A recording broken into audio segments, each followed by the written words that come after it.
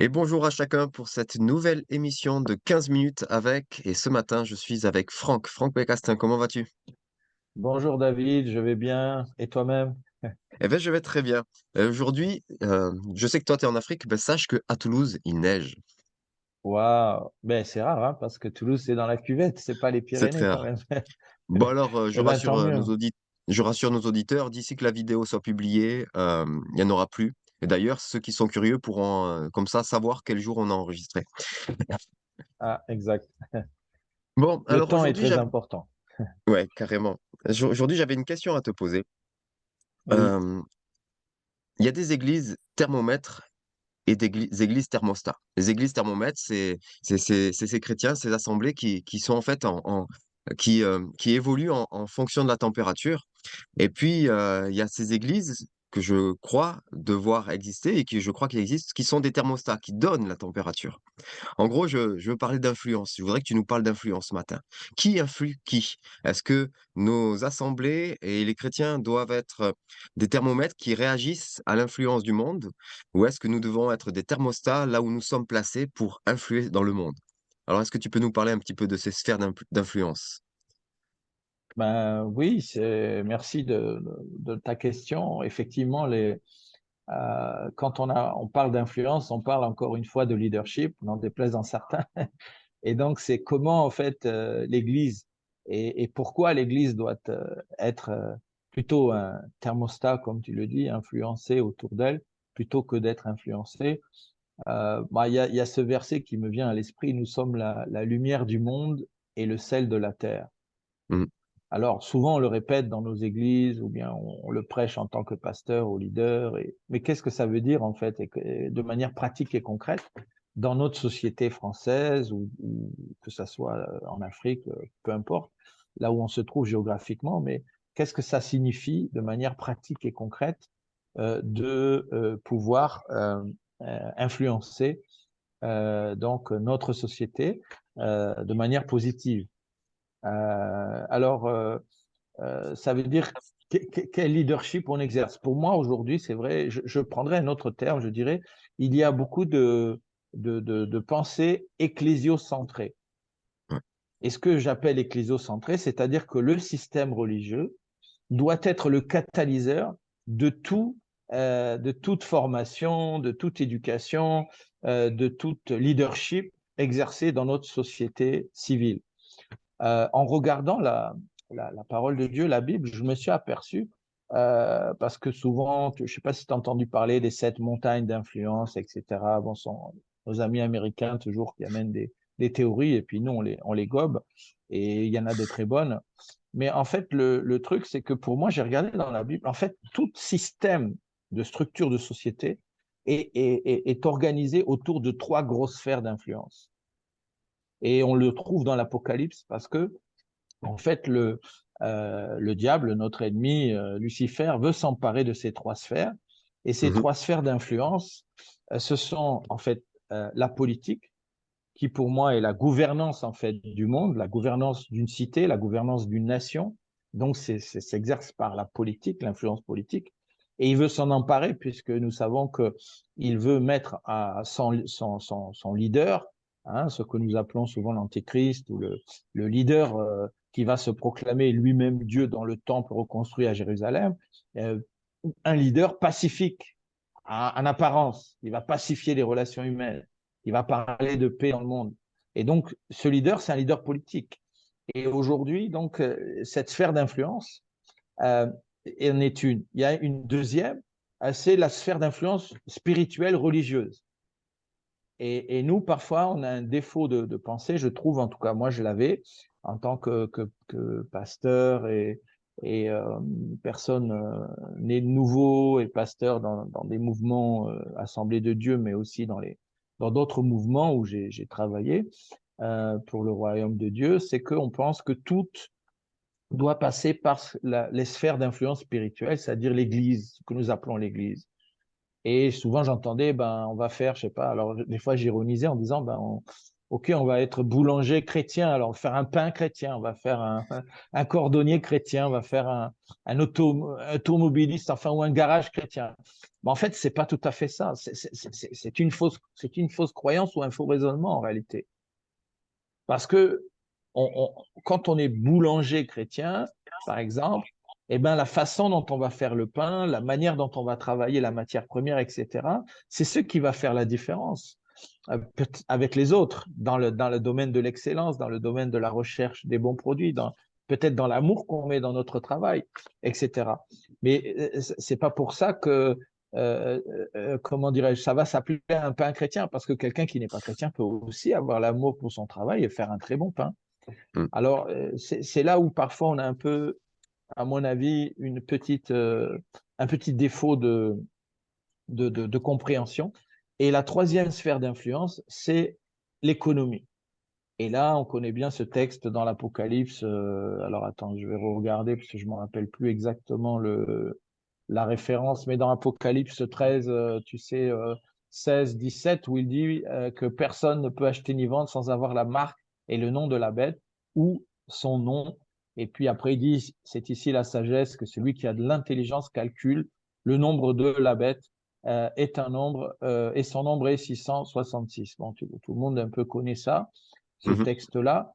Mais en fait, ce qui m'intéresse là-dedans, c'est ça, c'est que il y a trois sphères d'influence, quand tu regardes bien, dont l'ennemi veut s'emparer.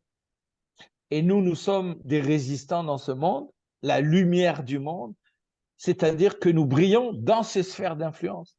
Mmh.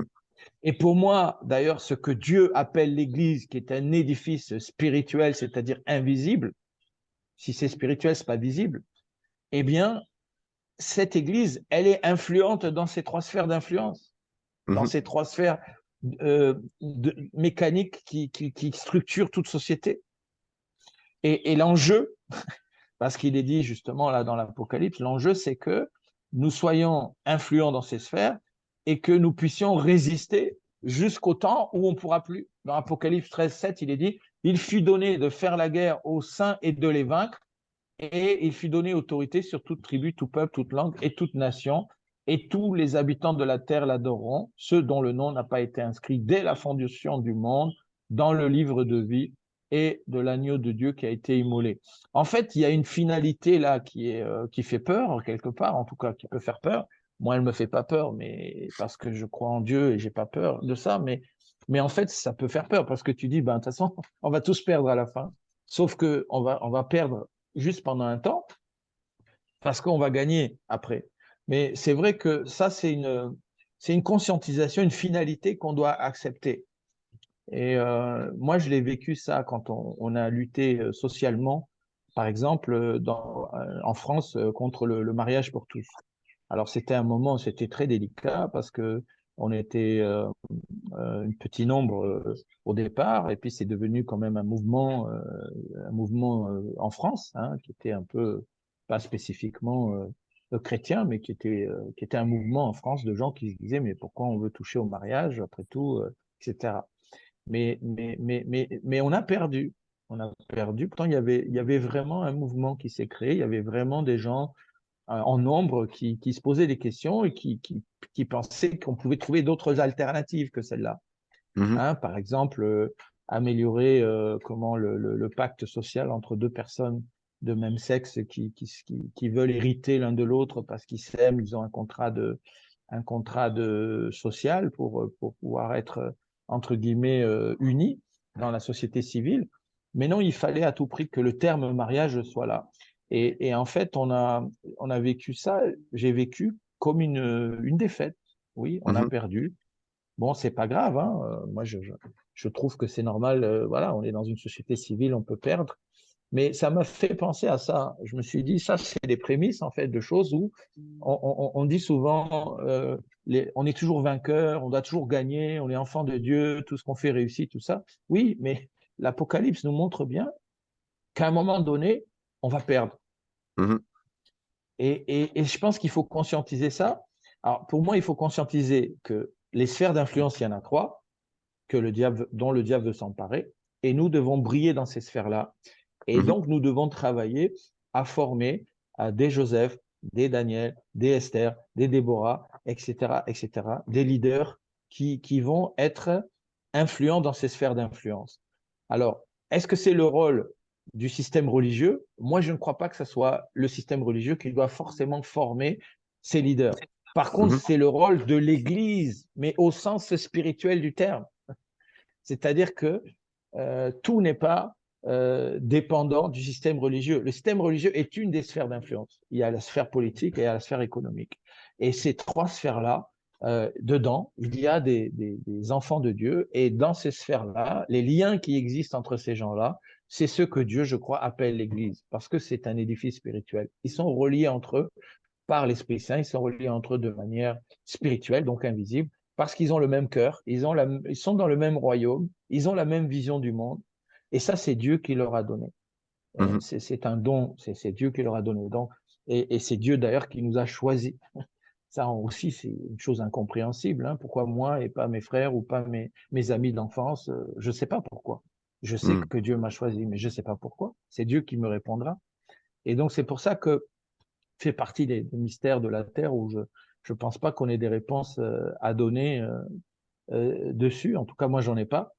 Et donc, je me dis, il faut conscientiser les leaders spirituels, les pasteurs, les leaders, ou les gens qui sont dans ces sphères d'influence, politique, économique, etc., de la nécessité, de l'urgence des combats qui sont devant nous et d'y travailler. Alors, je sais qu'il y a beaucoup de choses qui se passent dans l'ombre et qu'il y a beaucoup d'initiatives et c'est super et je suis très encouragé par ça de ce que j'entends ou de ce que je peux voir ou des amis qui font des actions là dans ce domaine-là.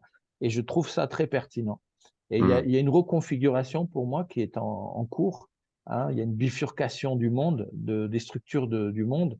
Beaucoup de prospectivistes disent ça. Je crois que même ceux qui ne sont pas inspirés forcément par Dieu, qui sont des prospectivistes de métier, mais ils voient qu'il y a une bifurcation. C'est-à-dire que les structures, justement, d'influence de la société se reconfigurent. Mhm. Il y a un changement. Et donc, mais ce changement, c'est-à-dire l'éducation peut changer, la façon de faire la politique peut changer, la façon de vivre le spirituel peut changer, la façon de vivre l'économie peut changer. Bon, si on regarde bien, d'ailleurs, hein, tu vois bien, même prenons le système bancaire, parce que le système bancaire n'est pas en pleine reconfiguration, transformation. Quand tu vois Mhm. maintenant les néobanques, quand tu vois tout ce qui est crypto-monnaie, moi j'avais suivi ça il y a 20 ans, je crois à peu près le Bitcoin, quand c'était à Berlin, les gens, il y avait des bars qui se faisaient payer en Bitcoin, t'imagines, hein, il y a 20 ans à Berlin. Aujourd'hui, c'est bon, le Bitcoin, tout le monde sait ce que c'est presque, mais il y a 20 ans. Et donc, c'est pour ça, il y a vraiment des choses qui se passent qui transforment notre société. Et Mhm. pour moi, c'est important que nos églises, ou que, en tout cas nos églises, que les structures religieuses s'adaptent et deviennent, comme tu l'as dit, et soient des thermostats et non pas des thermomètres qui changent en fonction de ce qui se passe. Parce que ça va bouger de plus en plus vite, ça va bouger de plus en plus fort, et nous devons, nous, être constants dans notre vision du monde, dans ce que nous pouvons et nous devons apporter au monde. Et encore une fois, hein, je reviens à ce que je disais, comment être la lumière du monde et le sel de la terre. Mhm. D'abord, moi je crois c'est par notre savoir-être, d'abord, notre posture à nous, et aussi c'est par nos initiatives. Ce sont pour moi nos initiatives, sont des actes créatifs de foi. Hein. Si on regarde dans la Bible, encore une fois, on voit les enfants d'Isaacar qui étaient donnés au peuple d'Israël pour saisir les saisons, les temps dans lesquels ils vivaient, mais à des fins de savoir comment agir, quoi Mhm. faire. Mhm. Et aujourd'hui, cette intelligence nous est donnée Ouais.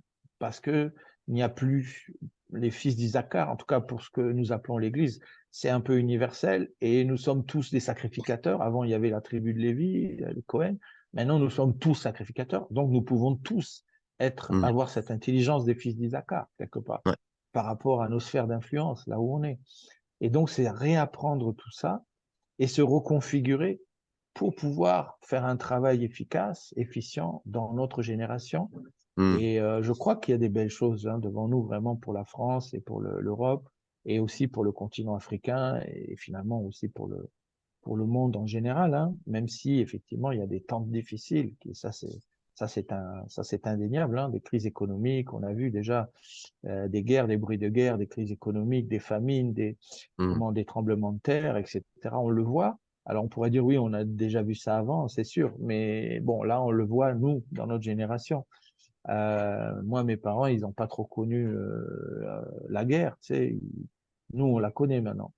Alors Mmh. eux, ils la connaissent, ceux qui sont encore en vie. Moi, mon papa est parti, mais ma maman est là encore. Mais je veux dire, lui, il est parti, donc il n'a pas connu la guerre, la Russie, Ukraine et tout ce qui est autour. Donc ils n'ont pas connu la guerre, ils n'ont pas connu la Covid, ils n'ont Mmh. pas vu ce tremblement de terre horrible en Turquie et en Syrie qui fait tant de, je sais plus combien de milliers de morts. Mais tout ça sont des choses qui doivent éclairer notre conscience Mmh. ma mission sur la Terre en tant que personne, aussi quelle est ma mission sur la Terre en tant que famille, parce que pour moi, on est une famille, tu vois. Donc en tant que famille, c'est-à-dire d'influence, qu'est-ce qu'on peut faire pour Mmh. aider les gens, pour montrer l'amour de Dieu, hein, et il faut sortir de l'ecclésiocentré, hein, pour rentrer dans le royaume de Dieu.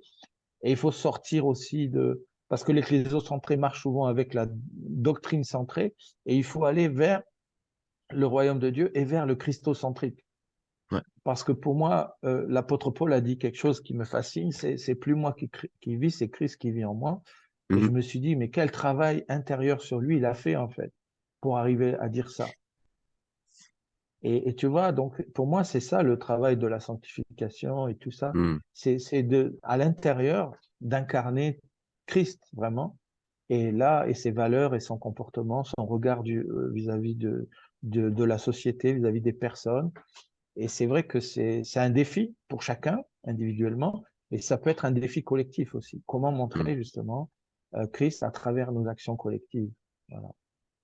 Eh beh, merci Franck pour, cette interpellation et du coup, ça me fait penser qu'il y a une autre question que je pourrais te poser, dans ce sens-là, enfin justement qui viendrait, confronter ce que tu viens de nous raconter, nous expliquer là. Mais, ce que je propose, c'est que je vais poser la question, mais vas y répondre dans une prochaine vidéo. La question c'est: mais du coup, si on est thermostat, est-ce que ça va jusqu'à, comme on le voit, le patriarche de Moscou, qui est le thermostat en Russie, de savoir s'il faut faire la guerre en Ukraine ou pas? Je vous laisse sur cette lourde question et nous allons vous répondre dans très peu de temps.